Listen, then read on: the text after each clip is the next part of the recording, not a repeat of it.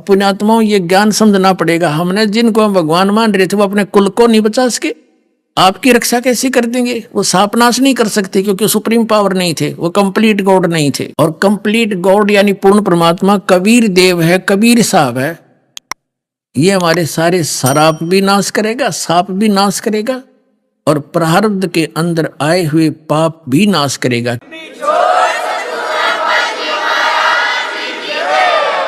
क्योंकि आज कोई दुखी है अपने प्रारब्ध यानी उसकी किस्मत में लिखे हुए पापों के कारण दुख है उसको, और सुखी है उसके सुख है, पुण्य है उसके उनके कारण सुख है।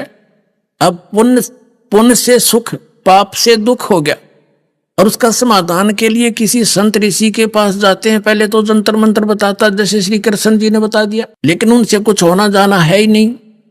तो फिर वो लास्ट में कह देते ये तुम्हारे प्रारब्ध के कर्म थे तो भोगने ही पड़ेंगे। और फिर वो ये भी कहते हैं कि भक्ति कर लो, साधना करते रहो, जो हम बताते हैं भविष्य में ये दुख नहीं होंगे। अब जैसे किसी के पैर में कांटा लगा हो और उसका कारण कोई बता दे कि पीड़ा है तुझे, तो आपके कोई कांटा लगा है अंदर, गुप्त है वो कांटा, तो निकलेगा नहीं। जूते पहन ले, आगे कांटा नहीं लगेगा। तो पुण्यात्मा कांटा लगे पैर में जूता पहना नहीं जा सकता, वो तो कांटा निकले और फिर उसको सलाह दी जाए जूते ना उतारना, और जूते निकालने से तुझे कांटा लगा जिस कारण से पीड़ा थी। अब वो पहले कांटा निकले और फिर उसको सलाह दी जाए कि जूते मत निकालना, तो फिर वो कभी जूता नहीं निकालेगा उस डर से कि भगवान कहीं फिर से ना वो पीड़ा ना आ जाए।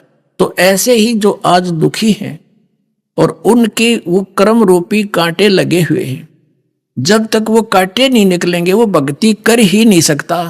सपने में भी नहीं सोच सकते वो आदमी भक्ति कर लेगा जिसका टेंशन हो रही है उसकी, तो वो तो उसकी भक्ति करे है जो उसके लिए काम अड़ा खड़ा है, या कोई बीमार है वो तो उसकी भक्ति करेगा मैं ठीक हो जाऊं।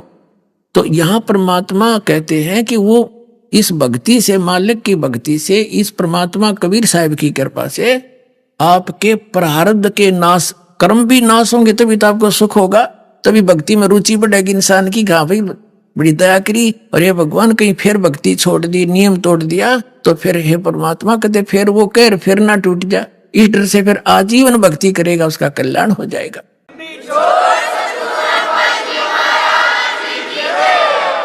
अब वो सारे के सारे यादव मर गए, कटके आपस में लड़ लड़ के कत्लेआम हो गया।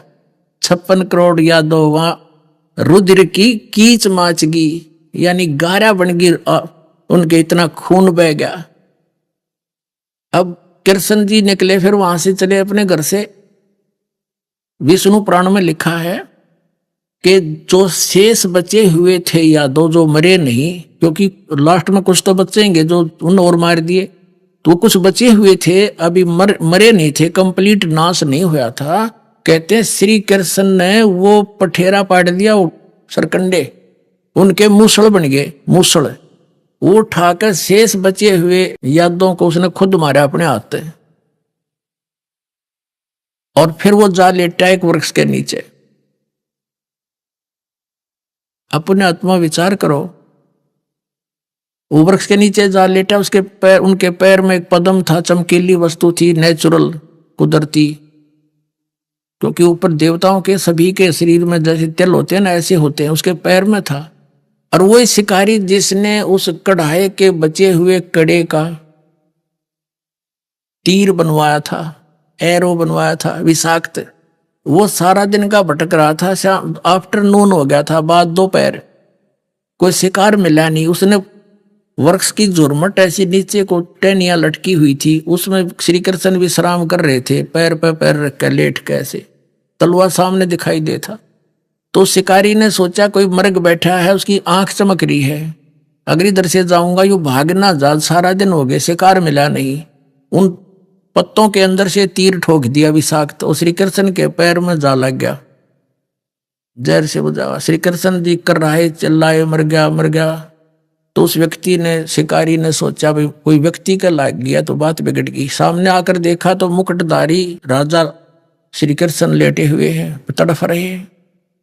तब उसने कहा भगवान मेरे से धोखा हो गया, मैंने जानबूझ कर नहीं मारा राजन, श्री कृष्ण जी ने कहा कि तेरा मेरा ये पिछला कोई लेन देन था, पिछला अकाउंट था, वो क्लियर कर दिया मैंने, कोई बात नहीं, तेरा कोई दोष नहीं।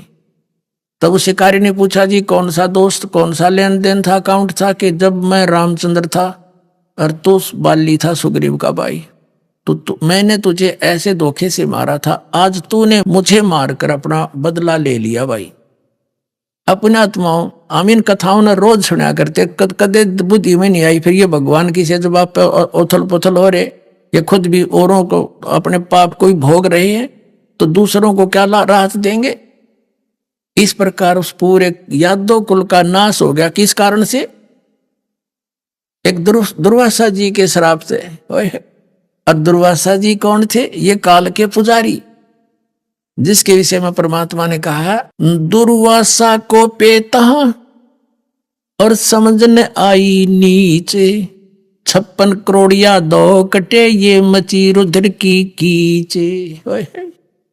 कितनी प्यारी परमात्मा ने परिभाषा बताई नकलियों की कि तुम इन्हें मैं ऋषि कहो। कहते दुर्वासा कोपे, यानी दुर्वासा एक छोटे से मजाक ने बालका ने मजाक कर भी दिया, इतना बेहुदा श्राप दिया करें, कितना नाश हो गया। 56 करोड़ या दो मर गए कट के, और रुधिर की कीच होगी, यानी गारा माच की 56 करोड़ आदमी। एक आदमी को कुत्ता मेरा दिखे सड़क के साथ, उसका खून कितना बह जाता है। अब क्या बताते हैं कि दुर्वासा क्रोधित हो गए और समझने आई नीच। नीच कहा परमेश्वर कबीर जी ने, से जिनको हम मैं ऋषि माना करते, एक बच्चों के जरा से मजाक से इतना जालिम वचन निकालते हैं। तो ये सारे जीवन में कट्ठे ये अड़ंगा करते हैं, इनके अंदर गोबर भरा होता है, और फेंकें क्या? ये यही फेंकेंगे हैं? तो श्राप दे दिया। कहते हैं दुर्वासा कोपे तहा, कोपे माने क्रोधित हुए, और समझ न आई नीच, तू क्या कहने जा रहा है, क्या वचन निकालने जा रहा है। और 56 करोड़ या दो कटे या मची रुधिर की कीच। अब ये साधना जब करते हैं ना, लोग दिखावा करते हैं, को तो ऊंचे से स्थान पर बैठेंगे न दूर तो धूने धाने लाकर, और कुत्ती बोल रहा नहीं, इन्हों सोचा बड़ा महापुरुष है। कबीर साहब ने कहा, गरीबदास जी के को दिया ये ज्ञान, उन्होंने कहा है कि डंब करें, डूंगर चढ़े, ऊंचे स्थान पर बैठेंगे, अंतर झीनी झूल, और जग जाना ये बंदगी करें, ये बो सूल बबूल। जनता ने सोचा ये बड़े महर्षि और इतने वर्षों तक तपस्या कर रहे हैं। परमात्मा ने कहा ये तो किक्कर की सूल बो रहे हैं, बबूल की सूल काटे अपने जीवन में। वो कैसे बोते हैं? अब जैसे इस चुनक ऋषि ने और या दुर्वासा ऋषि, इनको दोनों को पैरेलल लेकर चलते हैं। अब जैसे इन्होंने जो ओम नाम का जाप किया, इन काल के पुजारियों ने, ब्रह्म के साधकों ने, और जो हठ योग करे, वो सिद्धियों से तो हठ योग से तो सिद्धि आ गई। तो उन सिद्धि से इसने, चुनक ऋषि ने 72 करोड़ सेना का नाश कर दिया। अब चाहे तो व्यक्ति को तलवार से मार दे, प्राणी को चाहे लठ से मार दे, चाहे कोई गोली से मार दे, और चाहे वचन से, ये सारे अपराध हैं।